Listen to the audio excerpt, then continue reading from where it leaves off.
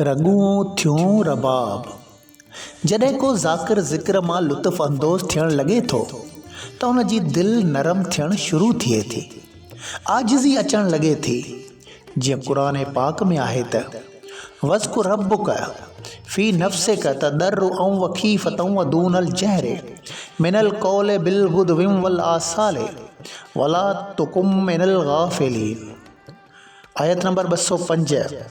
तर्जुमो: ऐं पंहिंजे पालणहार खे पंहिंजी दिलि में आजिज़ीअ ऐं भउ सां वॾे आवाज़ धारां सुबुह ऐं सांझीअ जो यादि कर ऐं गाफ़िलनि मां न हुज। सूरह अराफ़ आयत नंबर 205।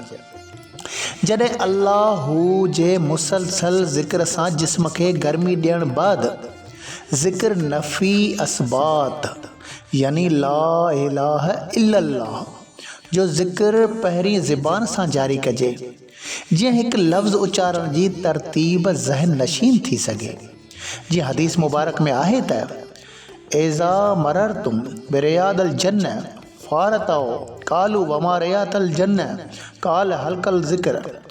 तर्जुमो: जॾहिं तव्हां बिश्त जे बाग़नि मां गुज़रो त सैर करे खाओ। असाबनि सगोरनि रज़े अर्ज़ कयो त या रसूल अल्लाह सल्लल्लाहु अलैहि वसल्लम रियाज़ुल जन्नत छा आहे? पाण सगोरनि सल्लल्लाहु अलैहि वसल्लम फरमायो त ज़िक्र जा हल्का ऐं मजलसूं।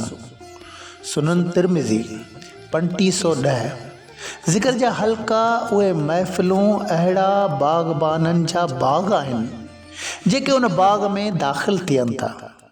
उहे उन्हनि जा मिठा फ्रूट खाईंदा, अहिड़ा लुत्फ़ ऐं मज़ा माणींदा जेके दुनिया जे लुत्फ़नि ऐं खाधनि खां मथां आहिनि।